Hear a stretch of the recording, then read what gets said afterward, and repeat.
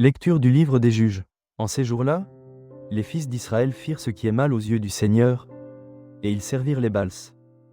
Ils abandonnèrent le Seigneur, le Dieu de leur père, qui les avait fait sortir du pays d'Égypte, et ils suivirent d'autres dieux parmi ceux des peuples d'alentour. Ils se prosternèrent devant eux, et ils irritèrent le Seigneur. Ils abandonnèrent le Seigneur pour servir Baal et Astarté. Alors la colère du Seigneur s'enflamma contre Israël.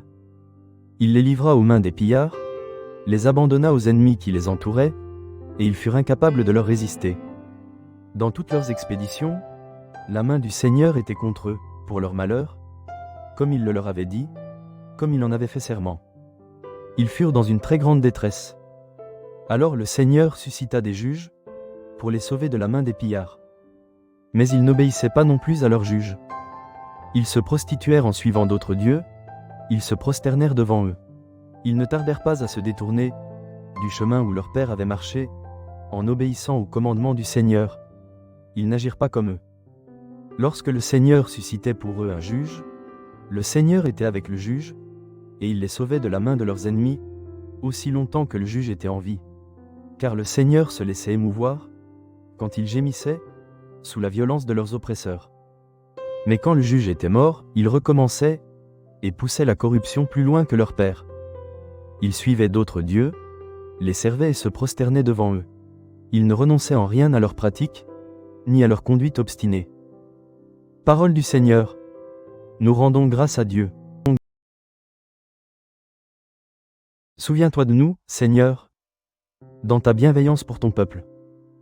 Avec nos pères, nous avons péché, nous avons failli et renié. Ils vont se mêler aux païens, ils apprennent leur manière d'agir. Alors ils servent leurs idoles, et pour eux c'était un piège. Ils offrent leurs fils et leurs filles en sacrifice aux démons. De telles pratiques les souillent, ils se prostituent par de telles actions.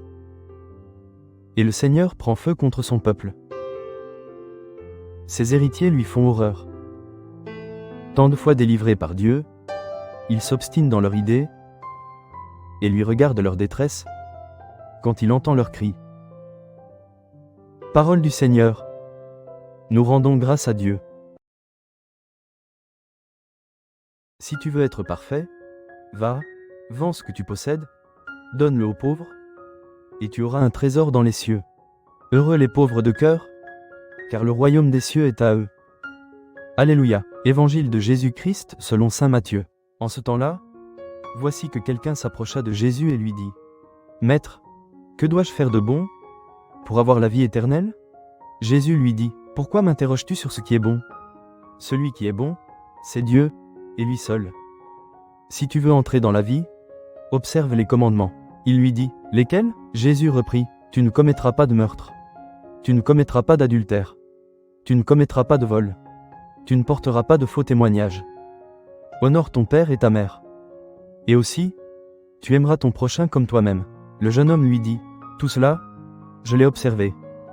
Que me manque-t-il encore ? Jésus lui répondit : Si tu veux être parfait, va, vends ce que tu possèdes, donne-le aux pauvres, et tu auras un trésor dans les cieux.